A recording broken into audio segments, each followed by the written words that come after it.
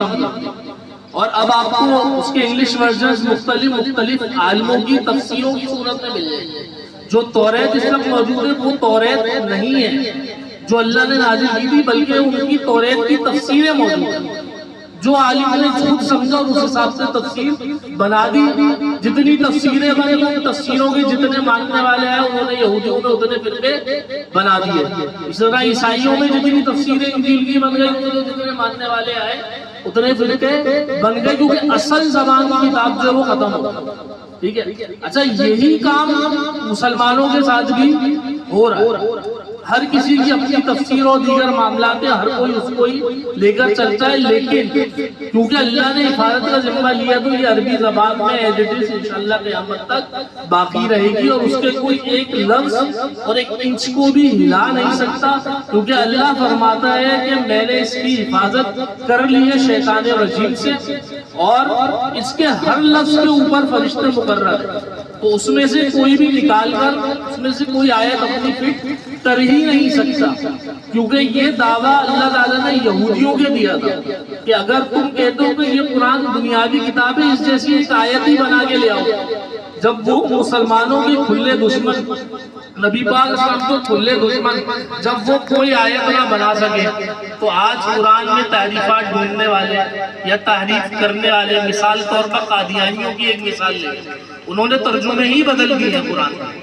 آپ ایک مسلمان گھرانے کا ترجمہ اٹھائیں اور قادیانی گھرانے کا ترجمہ، زمین آسمان کا فرق ہوگا، اور تفسیروں کا تو بالکل ہی فرق ہے. تو جو فرقہ واریت معاشرے میں پھیلتی ہے اس کی سب سے بڑی وجہ یہی ہوتی ہے کہ علماء اپنا کردار ادا نہیں کرتے، اور اصل کو چھوڑ کر اور اپنی سوچ، اپنے پوائنٹ، اپنے بیانات، اپنے دل کو جو اچھا لگا وہ معاشرے میں مسلط کر دیتے ہیں، جس کے نتیجے میں کیا ہوتا ہے کہ فرائض، سنت، واجبات لوگ ان کو ترک کر رہے ہیں. یہ اس وقت امت کا ایک درد ہے، لوگ اس کو ترک کر رہے ہیں اور مباح عمل اور مستحب عملوں کے پیچھے لگ رہے ہیں ثواب کے لیے.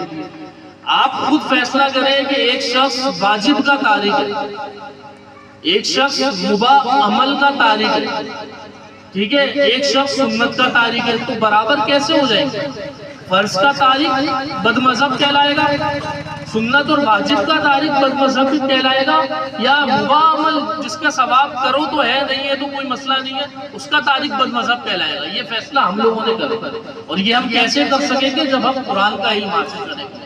اور قرآن کا علم حاصل کرنے کے لیے ہمیں قرآن کی عربی کے ساتھ ساتھ عربک لینگویج بھی سیکھنی ہوگی، خود سے سیکھنی ہوگی، کیونکہ یہ عوام کی ذمہ داری ہے کہ اگر کوئی پیسے کے لیے ترجمہ مینوپولیٹ کر رہا ہے یا تفسیر مینوپولیٹ کر رہا ہے، آیت تو عربی میں سنا رہا ہے اور نیچے ترجمے میں اپنے حساب سے چیزیں فٹ کر رہا ہے، تو یہ عوام کی ذمہ داری ہے اسے روکے کہ نہیں جی قرآن میں یہ لکھا ہوا ہے، ایسی چیز تو نہیں ہے، آپ نے یہ دن کو رات کیسے کر دیا؟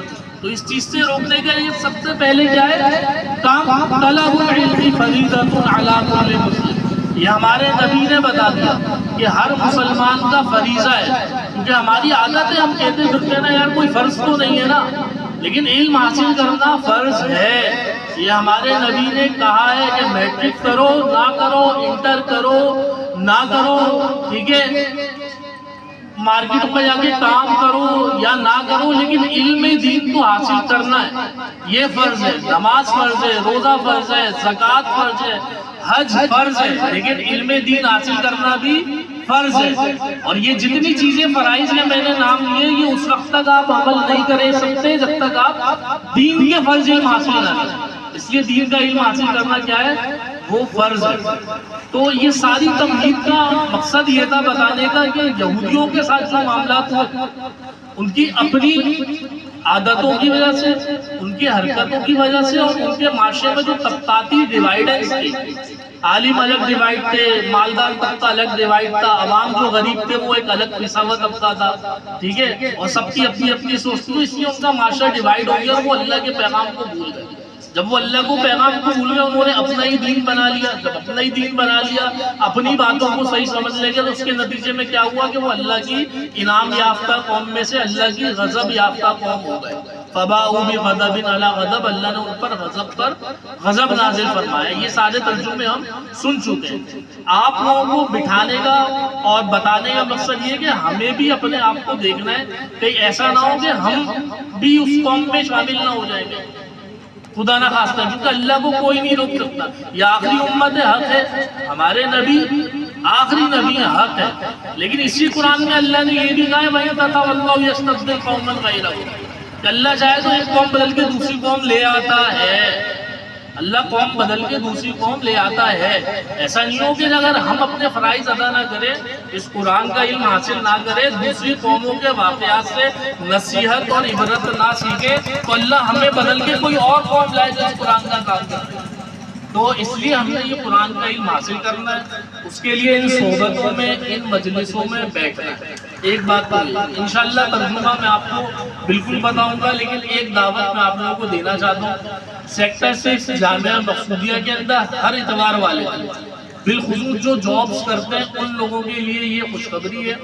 صبح 8 سے 12 بجے تک 4 گھنٹے کا درس نظامیہ کورس کروایا جا رہا ہے، اور انشاءاللہ اس کورس میں جو اگزامات ہوں گے وہ تنظیم المدارس اہل سنت کے تحت لیے جائیں گے، اور آپ کو باقاعدہ اتوار کے اتوار پڑھا کے جتنا بھی ان کا کورس کا ہے 6 سال 5 سال کا جو بھی پیٹرن ہے، ٹھیک ہے نا، ہر سال ایک تو آپ کو درجے میں پروموٹ بھی کیا جائے گا اور عالم کی سرٹیفائیڈ ڈگری بھی دی جائے گی.